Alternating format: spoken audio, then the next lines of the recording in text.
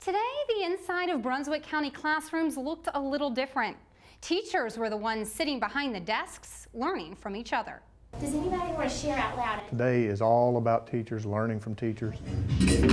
Using music, TV shows, and a whole lot of magic markers, teachers spent the day teaching teachers about almost everything, from math to vocab, even on how to create charts for the classroom. We're getting time finally to kick ideas back and forth, steal ideas from one another. Hearing their challenges, hearing things that have worked and are not working, giving us springboards to try things in our own classrooms. In the past, these teacher workdays have looked very different.